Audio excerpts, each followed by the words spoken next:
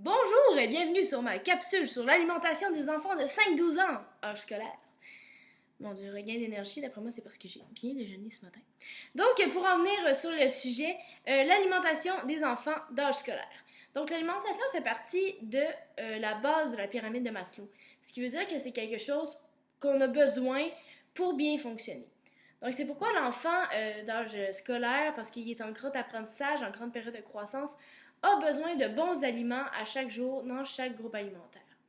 Donc, le rôle de l'éducatrice par rapport au service de garde en milieu scolaire va être, durant le dîner, d'observer les boîtes à lunch des enfants pour s'assurer qu'ils ont un lunch, ce qui serait bien, et un bon lunch avec un bon repas consistant, tout ça avec une petite collation, un petit breuvage, quelque chose à boire, et des fois un petit dessert aussi, sans que ce soit trop sucré, mais un bon petit dessert. Donc, si jamais l'éducatrice s'aperçoit que dans la boîte à lunch d'un enfant, il y a de la nourriture d'occasion comme la pizza avec des frites ou des pogos, des choses comme ça, si c'est occasionnellement, c'est correct. On va pas taper sur les doigts des parents parce que l'enfant a eu un pogo une fois dans sa boîte à lunch.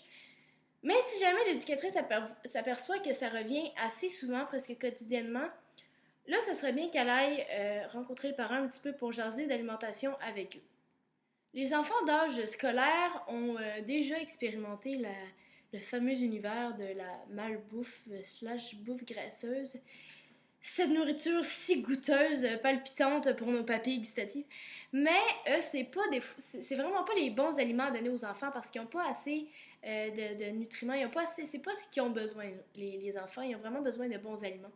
Et l'éducatrice peut venir intervenir auprès des parents en soit leur donnant des petits cahiers, des petites feuilles qui expliquent un peu les bienfaits de la bonne alimentation, tout ça. Des fois, peut-être leur donner des petites idées de recettes comme Ricardo en 30 minutes, quoi faire comme recette. Donc, donner des petits trucs aux parents pour qu'ils viennent vraiment améliorer les repas de leurs enfants pour que leurs enfants aient de meilleurs repas à chaque jour. C'est important aussi que les parents fassent des repas qui sont attirants de l'œil et de l'odeur, par l'odeur, pour les enfants. Parce que si jamais l'enfant a un repas qui c'est un peu comme guéri, la nourriture, c'est un petit bouette, on ne sait pas trop quoi, mais c'est pas super attirant, ça ne donne pas vraiment envie de le manger. Et les enfants ont besoin de bien dîner pour avoir l'énergie et la concentration nécessaires pour les cours de l'après-midi pour qu'ils puissent vraiment apprendre. Donc, c'est important de donner des plats sans que ce soit avec les fines herbes et tout, la petite tranche de thym sur le dessus de la viande, mais que ce soit des repas qui ont l'air bon. Tu sais, un petit macaroni avec de la sauce aux tomates, un petit peu de fromage, donc des plats qui ont de l'air bons. Donc, c'est important aussi de la part de l'éducatrice d'offrir une bonne collation dans la période de l'après-midi, donc une fois que les enfants ont fini leur bloc d'école et qu'ils passent au service de garde, d'avoir une bonne collation qui vont les soutenir jusqu'au repas du souper. Parce que les enfants vont avoir quand même besoin d'énergie pour aller jouer dehors, tout ça, pour participer aux activités du service de garde. Puis si les enfants ont faim, donc ils vont moins participer, ils vont se sentir moins bien. C'est normal aussi qu'un enfant ait moins faim une journée, comme dans les autres capsules d'alimentation que j'ai faites.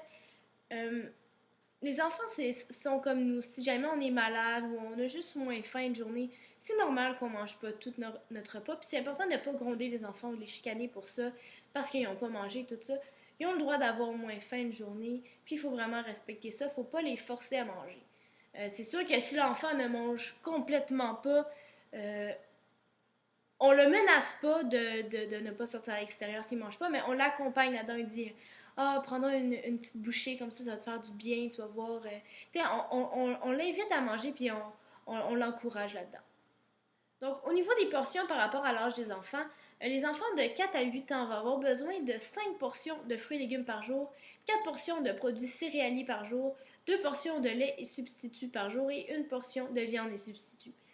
Pour les enfants de 9 à 13 ans, ils vont avoir besoin de 6 portions de fruits et légumes par jour, 6 portions de produits céréaliers par jour, de 3 à 4 portions de produits laitiers et substituts par jour et de 1 à 2 portions de viande et substituts par jour. Donc, je l'ai déjà dit dans ma dernière capsule sur l'alimentation des enfants de 12 mois 5 ans, mais je vais vous les redire. Donc, une portion, qu'est-ce que c'est?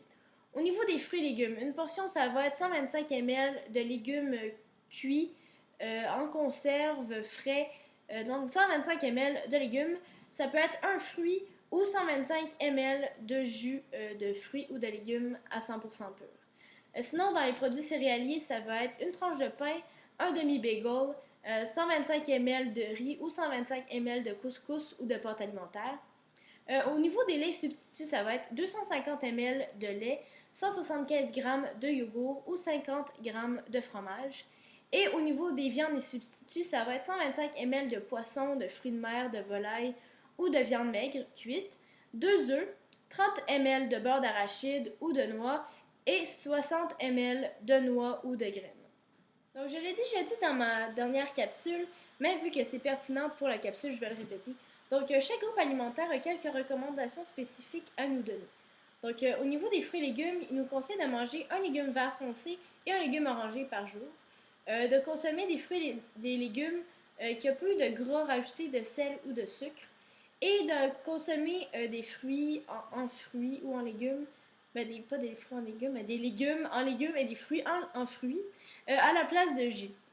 Au niveau des produits céréaliers, il nous invite à consommer la moitié, ou au moins la moitié, ou plus de la moitié, de nos produits céréaliers sous forme de grains entiers, et de choisir des produits céréaliers faibles en lipides, en sucre et en sel.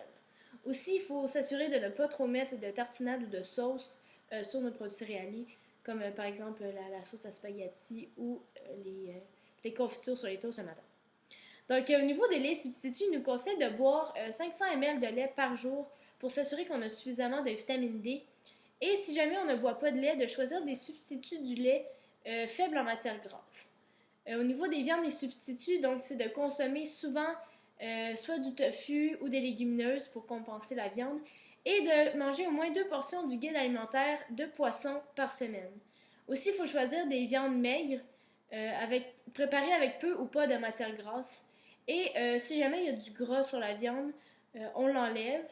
Et au niveau des volailles, on enlève la peau. Donc, merci beaucoup. C'est ce qui fait le tour de ma capsule sur l'alimentation des enfants de 5-12 ans. Donc, on se revoit dans une prochaine capsule.